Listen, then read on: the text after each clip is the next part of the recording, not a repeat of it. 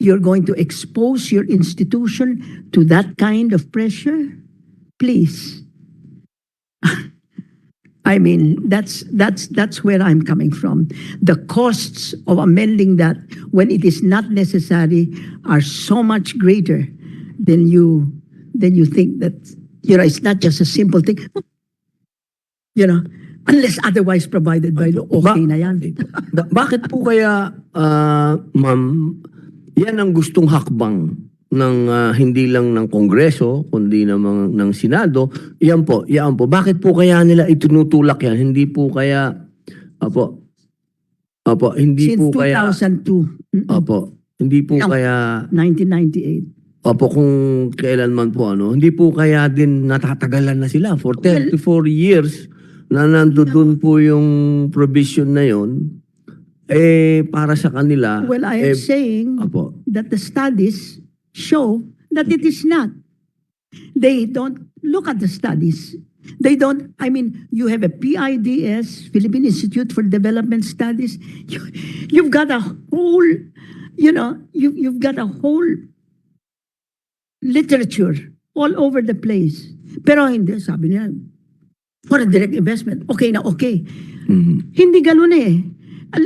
Everybody realizes that, foreign direct investment is not all good.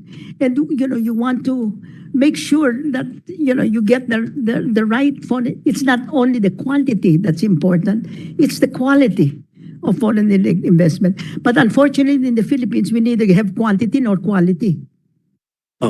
Hindi po kaya, ma'am, sa 34 years, kasi parang 1987 Constitution, 34 years. Kami po, lalong-lalo na po si kasamang Senator Coco Pimentel at kasama din po ang iba namin mga kasama sa PDP Laban at pati po si kanina si Secretary Clarita Carlos. Yung pong aming opinion ay nagkakasundo doon sa opinion po ng studies po ninyo na may kinalaman po din lahat yan sa korupsyon. Kasi hindi po pwedeng wala yung korupsyon eh. Lahat po may infrastructure, lahat. Nandun po lahat eh. Kaya po ang aming mungkahi, kung aamendahan lang ang isang provision sa konstitusyon, ay hindi sapat ito. Ang amin pong nilalakad at ang amin pong sinusulong talaga ay revision. Revision. I respect your opinion, Senator Padilla. But I stand by my opinion that it is neither necessary nor sufficient. Pati po sa revision ng konstitusyon ay hindi po kayo... Yes. Why? Is it necessary to change a constitution because it's 30 years old? The United States Constitution is over 200 years old. It has 27 amendments. So now you're wanting to... Kasi po, ang Amerika naman po ay sila ay presidential form pero federal sila. Nagkakaroon po ng kapangyarihan yung kanilang state para maggawa din ng sarili nilang mga batas. Hindi po ako nakikipagdebate sa inyo, ma'am. Ako po ay tagahanga po ninyo. Iminumungkahi lang po namin din. Yeah. Ako sa katotohanan po ay sa inyo pong pagpapaliwanag, nagkaroon nga din po ako ng kamulatan patungkol dito sa FDI Act, RTLA Act, pati dito sa Public Utility Act, na siguro nga, sana wag ngang kontrahin ng Supreme Court, maging epektibo ito sa ngayon na hindi pa po natin na isusulong pa itong revision. Ang ano ko lamang po kasi, para sa akin, ibinigay na po natin ang 34 years sa ating mga local investors. Tiwala, lahat. Sige, kaya nyo yan. Pero pag tinignan, sabi nga po nung bisita po namin ang legend na si Attorney Christian Monsod, siya din po nagsabi, noong 2010, Sabi niya hanggang 2016 ang taas ng labor activity o productivity, ano, ang taas, sabi niya. Ang malungkot lang, hindi umabot sa baba. Kumbaga, ang nangyari, ang kumita lang, ito lang mga investor, pero yung ating mga laborers and employees, hindi nagbago yung kanilang mga sweldo. Sabi nga po ng ating kagalang-galang na senador, kasi hindi tayo nagkaroon ng pagkakataon na yung mga nasa malalayong lugar, nagkaroon sila kumbaga ng say. Kumbaga, ang nagdedesisyon lang yung nandito sa central power, hindi umaabot tuloy. Kumbaga, ang naririnig lang natin palagi kung sino lang ang pinakamalapit doon sa central government. Yun po yung ang napakaganda po ng mga sinabi ni Attorney Christian Monsod. Actually, yun po yung nagtatak sa akin na bakit nga kaya ganun? Bakit nga kaya dito yung sinasabi natin na pag nagkakaroon ng pag-unlad, umuunlad lang, yung mayaman na. yung mga mahirap, lagi silang naiiwan. Pagkas ganun po kasi ang usapan, pag tinransmit mo siya ng mas malaki, ganun din sa bansa, sa mga lugar natin. Ang nagkakaroon lang ng pagkakataon, itong central power lang. Kung sino lang yung malalapit sa Manila, sila lang yung nababalatuan ng pag-unlad. Pero pagdating dun sa malalayong lugar, kung sino pa yung mahihirap, sila lang ang namamalimos. Yun lang po yung nakikita namin. May gusto po kayong sabihin, Senator? Opo. Yun yung mga scenarios nga na hinahanapan nga natin ng mas mabilis na solusyon sana. Kaya nga we're looking for, ako ma'am kasi, I believe that governance is an experiment, an ongoing experiment. We should be willing to adjust. So if it needs amending something as sacred as the Constitution, anyway, there's an article there allowing its amendment and revision. Kaya nga, that's why even the framers know that nothing is really fixed. Governance is an experiment. That's why I have an open mind. But ito lang dadagdag ko as a party man myself. Medyo mag-digress tayo, nakakatawa to dahil si Senator, our chairman mentioned is PDP Laban. I'm also PDP Laban. Yeah, but we do not meet. We do not meet with each other because we have an ongoing fight over the party. Yes, different factions. So, but as a party man myself, I should say that the PDP Laban's cause, since I've been a member since the 1980s, 40 years na po ako dyan, hindi talaga sa economic provisions nakatingin kami. Nakatingin kami actually sa political, structural change in the Constitution. So sa amin, there's really no escaping revision of the Constitution. Okay. Yes, ma'am. Ma'am, use the mic. All I'm saying, you can revise the Constitution. All I'm saying is, if the purpose of the revision of that Constitution is to attract foreign investment, it's not going to happen. It's not sufficient, you see, no matter what. The thing is, you have to be attractive. And you are not attractive. Actually, senators, we're not even attractive to local investors because there is so much outgoing foreign direct investment. Our investors, our Filipinos, are sending money abroad to build plants, etc. China, Taiwan, Hong Kong, I don't know where they're going, Indonesia.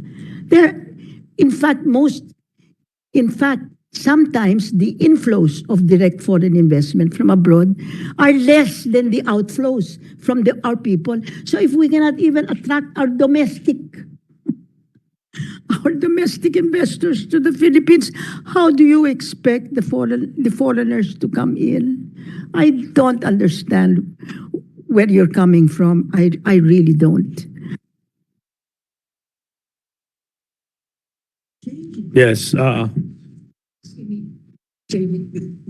If you're asking me, The it will specific- bring in foreign direct investment. Never. that's You a- have to do the other things first.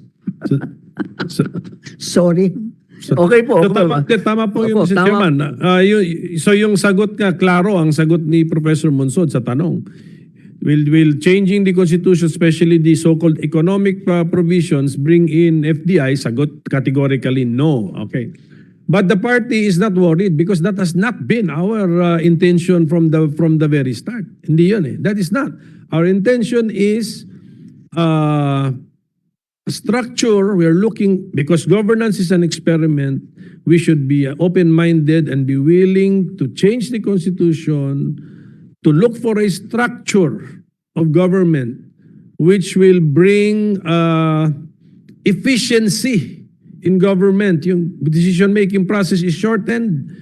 The decision maker is closer to the source of the problem and the people, so that they will immediately feel the benefits of government's actions and decisions. So in effect, nakatingin tayo to really shorten this, nakatingin tayo sa the quality of life, the standard of living of the Filipino. Yun ang hinahanap natin. What will improve that? What is that? So ang sagot ng partido for 40 years, federal form. Just a reminder to the newly elected EVP of the other faction in the party. Except Senator Mr. Pimentel. Chairman. We are still one, my brother. Yes, ma'am. Yes, ma'am. Sorry po. No, your father was the father of the local government code. That local government code gives so much power to the barangays, and that power has never been used. The barangay is parliamentary system where every citizen is a member. That's the closest thing to the basic democracy. And it hasn't, it's there. It's not been implemented. The local government local government department, says you have to meet and then gives them the agenda. That's not how it's supposed to be done. That's the local governments. They're the people. You can practice parliamentary democracy there. They're the people can actually say you can go out or change your laws or change the barangay, whatever it is. Ang ganda-ganda ng barangay, hindi ginagamit.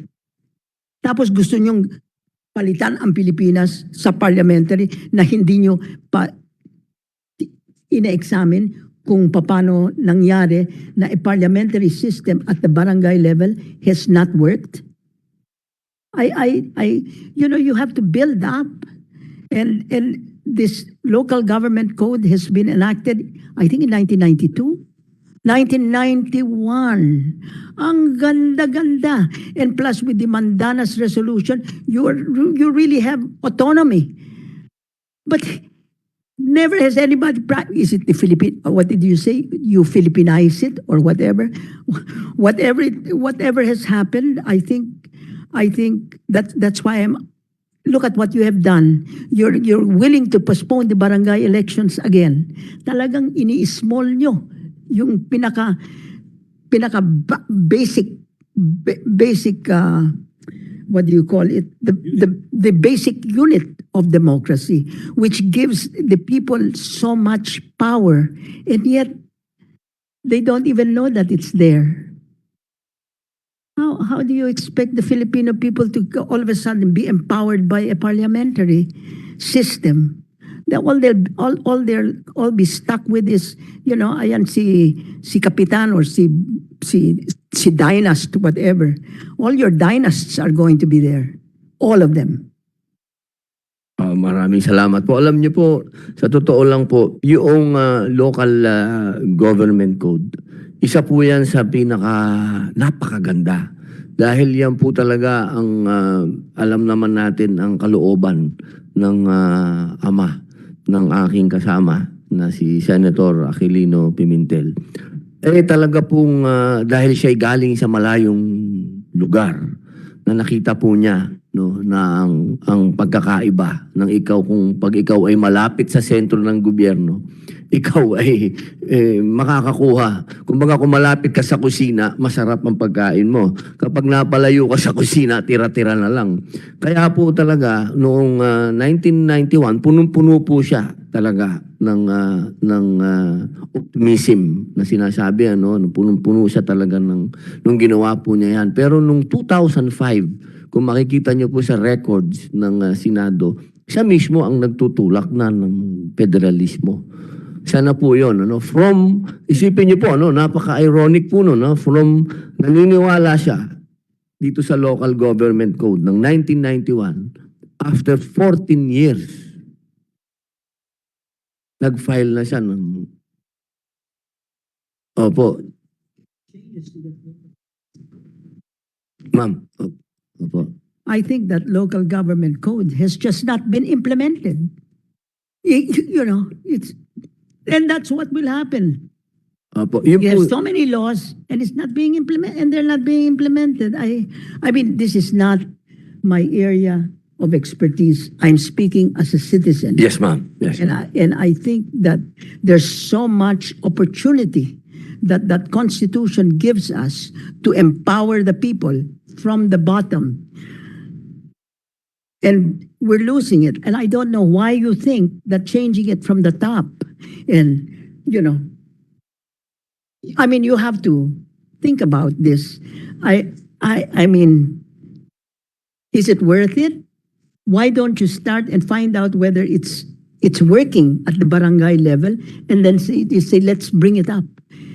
You know, if that is what makes a unit more efficient, then we can bring it up. You have pilot, you have tests, and yet the legislature is the first one to say, never mind, postpone barangay elections. You have let those barangay captains be there. If you postpone the elections, those barangay captains will be there for 6 years and 7 months. My God, longer than the president. You know, and why do you do that? Opo. Opo. Now, for the record, I'm against postponing the... Oh God. Pareho po tayo.